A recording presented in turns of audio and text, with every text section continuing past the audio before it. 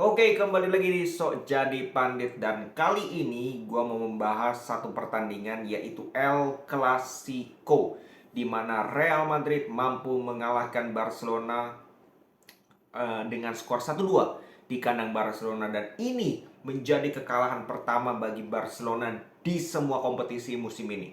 Jadi ini kemenangan yang sangat sulit jelas didapatkan oleh Real Madrid. Nah, kita bahas dulu dari starting 11. Barcelona turun dengan 4-3-3 di atas kertas. Ter Stegen, Balde, Martinez dengan Christensen, serta Araujo di kanan. Tengahnya Gundogan, Xavi dan juga Fermin Lopez. Di depan ada Joao Felix, Ferran Torres dan juga Joao Cancelo. Nah, Real Madrid itu turun dengan 4-4-2 diamond seperti biasa. Kepa, Carvajal, Rudiger, Alaba dan juga Ferland Mendy. Di tengah ada Valverde, Tchouaméni, Kroos dengan Bellingham. Di depan ada Rodrigo dan juga Vinicius Junior. Nah, Barcelona ini di atas kertas itu 4-3-3, tapi di lapangan 3-2-4-1. Cancelo dan juga Balde di sayap, Joao Felix dan juga Fermin Lopez di belakang Ferran Torres dengan 2 DM, Gundogan dan juga Xavi. 3 pemain belakang Inigo Martinez, Christensen dan Araujo. Itu di atas lapangan ketika mereka membuild up sebuah serangan, maka formasi 3-2-4-1 yang terbentuk. Nah, sedangkan Real Madrid ya 4-4-2 nyaris tidak berubah. Nah, di babak pertama sebenarnya kelihatan kedua tim pertama ya berhati-hati, mereka tidak terlalu ambil resiko. Tapi Barcelona kalau gue bilang sedikit atau slightly lebih bagus dibandingkan Real Madrid. Terutama keuntungan mereka dari mana? Keuntungan mereka adalah mendapatkan gol cepat di babak pertama, yaitu di menit 6. Itu pun lewat kesalahan individual. Ada kombinasi di antara Tchouaméni dan juga Alaba. Itu jelas kesalahan dua-duanya, nggak bisa disalahin salah satu. Dan Gundogan mampu memanfaatkan itu. Dia kan kejar itu bola. Ini juga penting juga nih Gundogan untuk kejar itu bola sehingga terjadilah gol pertama. Nah, kelihatan setelah gol pertama memang Barcelona jauh lebih pede karena main di kandang mendapatkan gol cepat, jelas secara kepercayaan diri tinggi bagi Barcelona pada saat itu. Sedangkan Real Madrid ngedrop. Madrid di babak pertama nggak create peluang sama sekali. Bahkan even untuk mereka meng-create aja masuk ke daerah lini pertahanan Barcelona nggak bisa sama sekali. Nggak kelihatan Real Madrid di babak pertama. Vinicius 20 kali pegang bola, 80 kali dia protes dan kehilangan bola. Begitu juga dengan Rodrigo. Rodrigo masih mending, tapi semending-mendingnya Rodrigo juga tidak menimbulkan bahaya bagi lini pertahanan Barcelona. Justru Barcelona yang mendapatkan beberapa kali peluang untuk bisa menciptakan gol kedua. Kena tiang pula Fermin Lopez. Itu pun lewat kesalahan dari Toni Kroos yang terebut bolanya dari Xavi.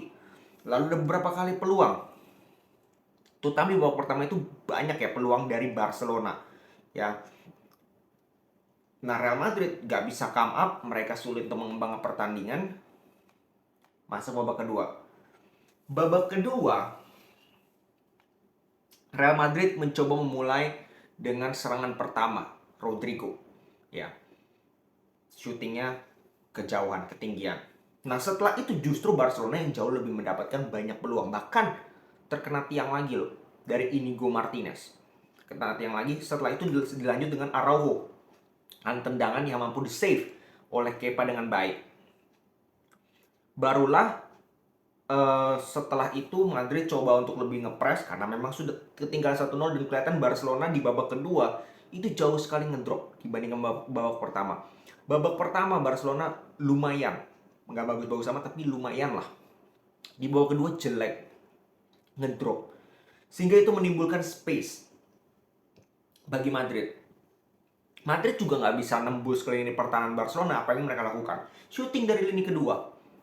Kroos pertama, Tchouaméni habis itu cukup berbahaya kan. Kroos on target pertama, Tchouaméni shooting on target tapi udah lumayan berbahaya. Nah, yang ketiga, Jude Bellingham. Jude Bellingham juga dikawal ketat oleh Xavi. Sulit dia untuk mendapatkan ruang dari babak pertama sampai dia cetak gol. Tapi satu momentum di mana dia dilepas, dia membuktikan kualitasnya. Ini pemainnya eksepsional di lini tengah. Jarang sekali pemain seperti ini. Ini mungkin kalau di lini tengah ya, one of the best saat ini untuk pemain muda. Karena memang ini dia adaptasi di liga baru, bahkan dia nggak bisa bahasa Spanyol, dia pakai bahasa Inggris. Ke liga baru di 13 pertandingan awal 13 assist 3 gol. Dia seorang gelandang loh. Dan mungkin orang bilang dia nggak selalu main bagus. Betul, nggak selalu main bagus. Tetapi jangan lupa perannya itu berbeda. Dia diminta melakukan peran yang tidak pernah dilakukan di klub yang sebelumnya oleh Ancelotti, yaitu di belakang dua striker. Tapi dia mampu menjalankan itu dengan efektif. Artinya dia sudah berhasil. Entah setiap pertandingan dia nggak selalu main bagus, dia kayak pertandingan kali ini dia nggak kelihatan tapi tiba-tiba cetak 2 gol, itu sudah membuktikan bahwa dia bisa menjalankan instruksi dari Ancelotti, perannya dengan baik. Dia nggak harus selalu kelihatan, memang itu perannya.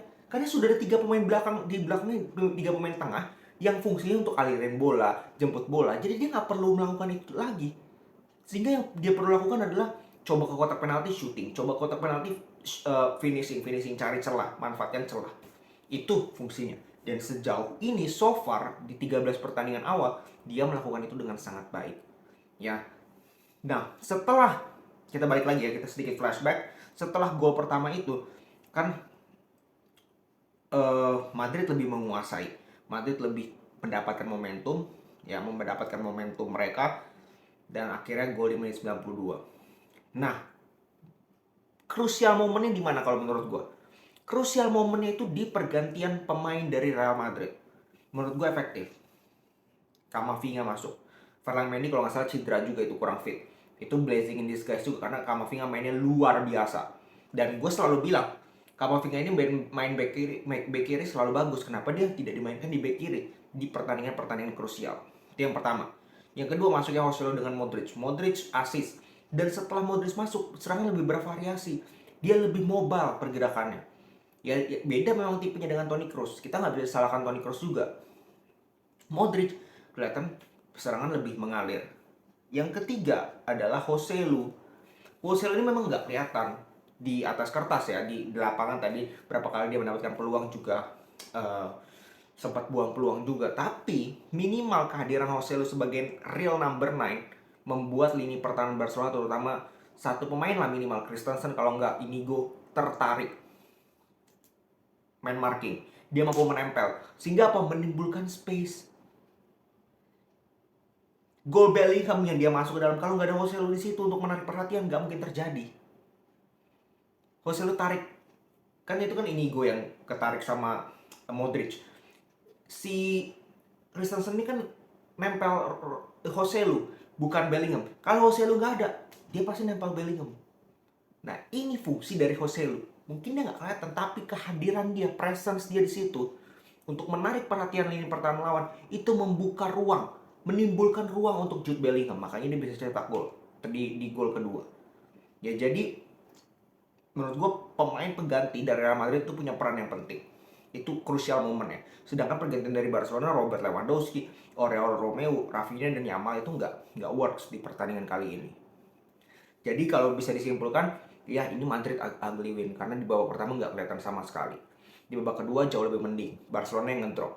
Tapi gue selalu tegak lurus bahwa di derby lu nggak perlu main bagus.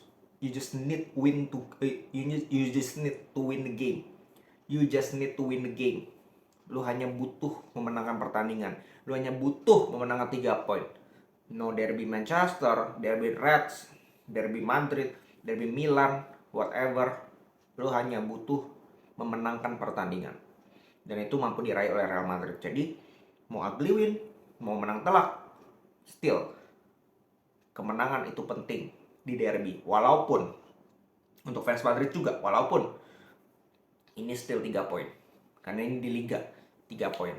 Kalau mau pertandingan ke depan lawan Rayo Vallecano kehilangan kehilangan poin, ya mereka bisa salip lagi.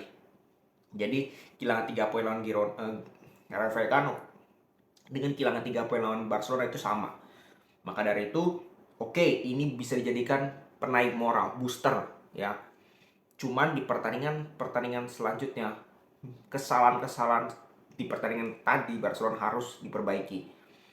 Tidak boleh bermain seperti di babak pertama lagi. Tidak ada kreasi sama sekali. Defense buat error, itu harus diperbaiki. Ya jika tidak, nanti di Champions League akan kelihatan ketika lawan tim-tim yang besar, tim-tim yang berat. Oke, jadi dengan hasil ini Real Madrid berada di peringkat 1, sementara poinnya sama dengan Girona 28, Barcelona di peringkat 3 dengan 24 poin, ATM ada di peringkat 4, tapi dengan selisih 2 pertandingan, 22 poin. Jadi kalau selisih 2 pertandingan ini mereka menang semua, poinnya sama dengan Madrid dan Girona 28. Oke, jadi ini persaingan La Liga juga masih ketat. Barcelona juga ini bukan artinya mereka nggak jadi juara La Liga, mereka masih punya peluang definitely, karena ini hanya 3 poin dan perjalanan masih sangat panjang. Ini baru 11 pertandingan, jadi harus fokus Madrid maupun Barcelona di pertandingan-pertandingan selanjutnya.